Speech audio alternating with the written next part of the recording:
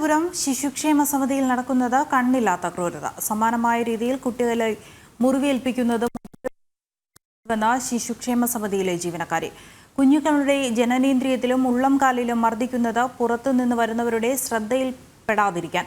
അമ്മ എന്ന പേരിൽ ശിശുക്ഷേമ സമിതിയിൽ നടക്കുന്ന ക്രൂരതയുടെ വെളിപ്പെടുത്തൽ ജനം ടിവിയോട്. ജനം എക്സ്ക്ലൂസീവ്. കഴിഞ്ഞ ദിവസം കേരളത്തെ ഞെട്ടിക്കുന്ന ഒരു ക്രൂരമായ വാർത്തയാണ് പുറത്തു വന്നത്. CWC അതായത് ശിശുക്ഷേമ സമിതിയിൽ 2.5 വയസ്സുകാരിയായ കുഞ്ഞിന്റെ ജനനേന്ദ്രിയത്തിൽ മുറിവേൽപ്പിച്ച ആയമാരുടെ വാർത്ത. ആയമാർ ഇപ്പോൾ പോലീസ് കസ്റ്റഡിയിൽ അറസ്റ്റിലൊക്കെ ആയിട്ടുണ്ട്. അതായത് 2015 മുതൽ ശിശുക്ഷേമ സമിതിയിൽ ആയായിട്ട് ജോലി ചെയ്ത അവിടുത്തെ ഒരു ജീവനക്കാരി നമ്മോടൊപ്പം ചേർന്നുണ്ട്. അവിടെ നടക്കുന്നത്, അതായത് അവിടെ കുട്ടികളോട് നടക്കുന്നത് ഇതിനേക്കാളും ക്രൂരമായ കാര്യങ്ങളെന്നാണ് അമ്മയായിട്ട് ജോലി ചെയ്ത ആയ നമ്മളോട് പ്രതികരിക്കുന്നത്.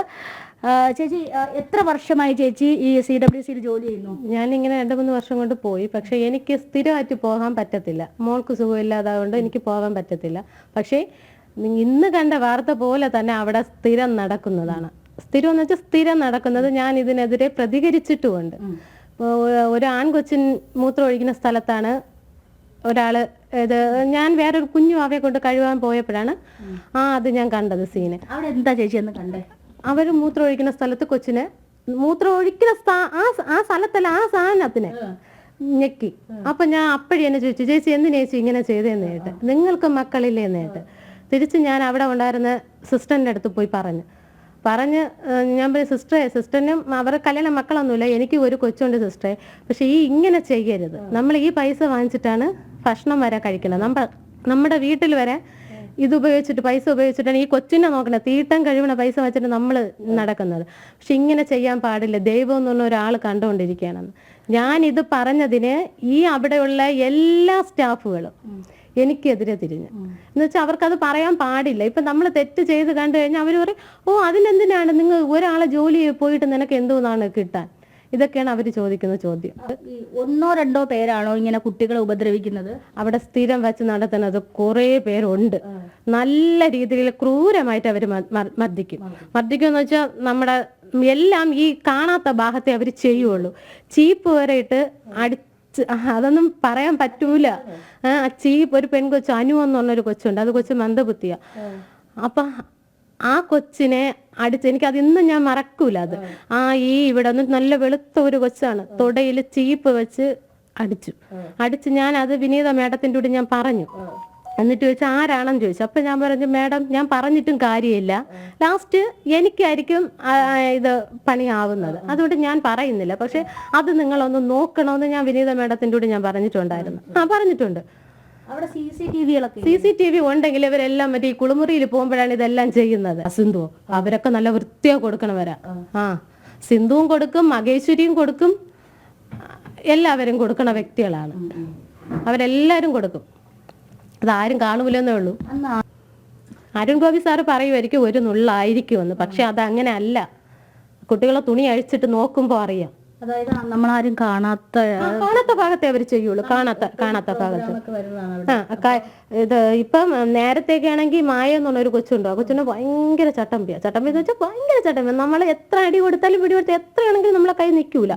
അങ്ങനത്തെ ഒരു കൊച്ചിന്, ആ കൊച്ചിനെ വിട്ട് മറ്റുള്ള കൊച്ചിനെ അടുപ്പിച്ചിട്ട് ഇപ്പം വേറെ അമ്മമാര് ഈ കൊച്ചിന് വേറെ നുള്ളു കൊടുത്തിട്ട് വരാം, അയ്യോ അത് മായ നുള്ളിയതാണ്.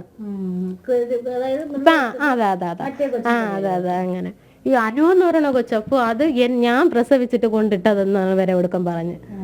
എന്ന് വെച്ചാൽ എന്റെ കൂടെ അവള് ഭയങ്കര താല്പര്യം, എന്റെ കൂടെ അവള് ഭയങ്കര അറ്റാച്ച്മെന്റ് ആയിരുന്നു. അപ്പം പറഞ്ഞു, നീ പ്രസവിച്ചിട്ട് കൊണ്ടിട്ടതാണോ ചോദിച്ചു. ഞാൻ പറഞ്ഞു, എനിക്ക് ഒരെണ്ണം വീട്ടിലുണ്ട്.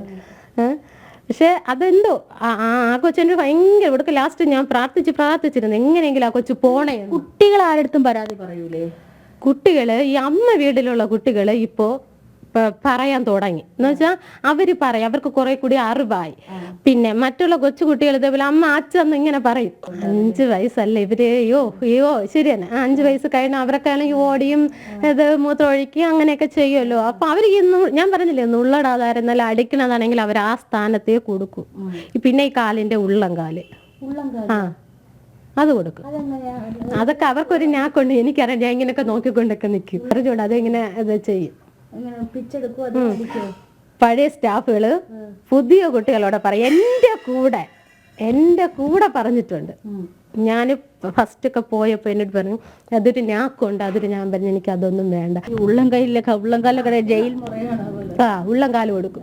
അതെനിക്ക് ഇപ്പോഴാണ് ഓർമ്മ വന്നത്. ഉള്ളംകാല് കൊടുക്കും. അവര് പറഞ്ഞു ഇങ്ങനെ ഇങ്ങനെ ഇങ്ങനെ ഇരുന്നിട്ട് ഇങ്ങനെ ആക്കണമെന്ന് പറയും അവര്. നോവിക്കും. തീർച്ചയായിട്ടും കഴിഞ്ഞ അതായത് 2014 മുതൽ CWCയിൽ ജോലിക്ക് പോയ ഒരു അമ്മയാണ് ഇപ്പോൾ നമ്മളോട് പ്രതികരിച്ചത്. ഈ അവിടെ നടക്കുന്നത് വളരെ ക്രൂരമായിട്ടാണ് കുട്ടികളോട് ഇടപെടുന്നത്. കുട്ടികളെ പറഞ്ഞാൽ അനുസരിക്കാത്തതിന് അതായത് പെട്ടെന്ന് ശ്രദ്ധയിൽപ്പെടാത്ത ഭാഗത്താണ് ക്രൂരമായിട്ട് മർദ്ദിക്കുകയും മുറിവേൽപ്പിക്കുകയും ഒക്കെ ചെയ്യുന്നത്. അപ്പോൾ ഇന്ന് ഈ CWCയുടെ ജനറൽ സെക്രട്ടറി തന്നെ പറഞ്ഞത് വളരെ ചെറിയ രീതിയിലുള്ള സംഭവങ്ങളൊക്കെ റിപ്പോർട്ട് ചെയ്യുന്ന പക്ഷേ അതൊന്നും മാധ്യമ വാർത്തയാക്കേണ്ട കാര്യമില്ലെന്നാണ്. സർക്കാർ സംരക്ഷണയിലേക്ക് വരുന്ന ആരോരുമില്ലാത്ത കുട്ടികളെയാണ് ഈ ജീവനക്കാര് ഇത്തരത്തിൽ മൃഗീയമായിട്ട് ഉപദ്രവിക്കുന്നതും അത് പുറം ലോകം അറിയാതെ അവിടെ തന്നെ ഒതുക്കി തീർക്കുന്നതും. ക്യാമറമാൻ ഗോപകുമാറിനോടൊപ്പം ടിൻഡുദാസ്, ജനം, തിരുവനന്തപുരം.